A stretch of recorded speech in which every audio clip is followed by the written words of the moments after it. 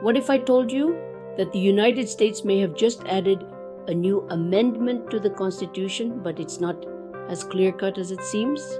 Could a decades-old debate about gender equality now be the law of the land? Or is it just political theater? Today, we unravel the mystery behind President Biden's declaration of the Equal Rights Amendment as the 28th Amendment and the legal chaos it has sparked.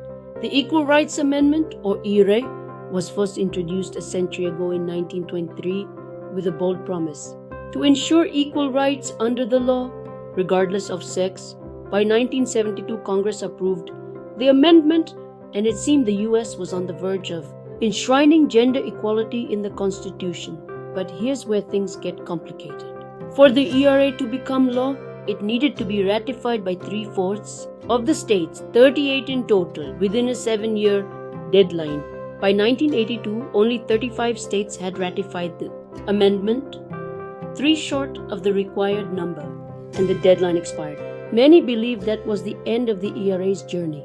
However, decades later, in the wake of modern gender equality movements, the amendment made a surprising comeback.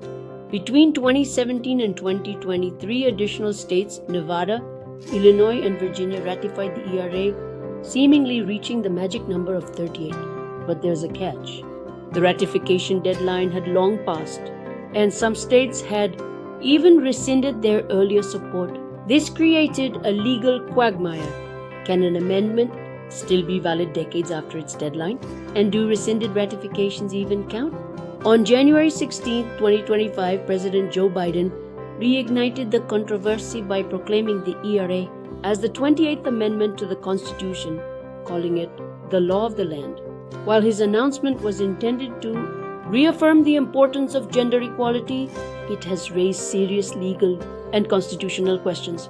Legal scholars have been quick to weigh in, and the consensus is far from unanimous. Andrew McCarthy, a former assistant U.S. attorney, called Biden's move cynical and irrelevant, noting that the president has no authority to declare amendments valid or invalid. That power lies exclusively with Congress and the states. The National Archives, which oversees the certification of constitutional amendments, stated that it could not certify the ERA as valid due to the expired deadline and unresolved legal questions. This stance aligns with a 2020 ruling from the Department of Justice, which argued that the ERA's time to be ratified had passed. The ERA debate isn't just about legal technicalities, it's about the fight for equality and the process of amending the Constitution. Supporters of the ERA argue that gender equality is a fundamental right that should transcend deadlines and procedural hurdles. Opponents counter that respecting constitutional procedures is just as important as the amendment itself. This isn't the first time the Constitution has been caught in such a legal tug-of-war. Consider the 27th Amendment, which deals with congressional pay raises. Originally proposed in 1789, it wasn't ratified until 1992, a staggering 203 years later. But unlike the ERA, the 27th Amendment didn't have an expiration date, which is a crucial distinction. The ERA's future now lies in the hands of Congress, the courts, and perhaps even the Supreme Court. Some lawmakers are pushing to remove the ratification deadline retroactively, while others are calling for a fresh start with a new version of the ERA. Meanwhile, advocacy groups continue to press for recognition of the amendment, seeing it as a critical step toward gender equality.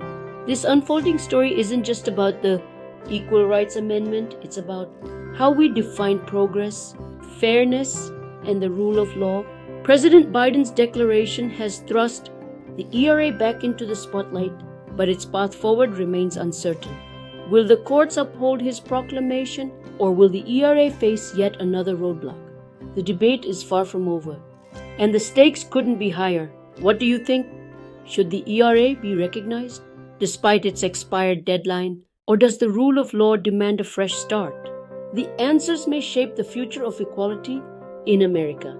Stay tuned, as this constitutional battle is only just beginning. Before you go, let me ask you this. Can you really afford to miss out on insights like these?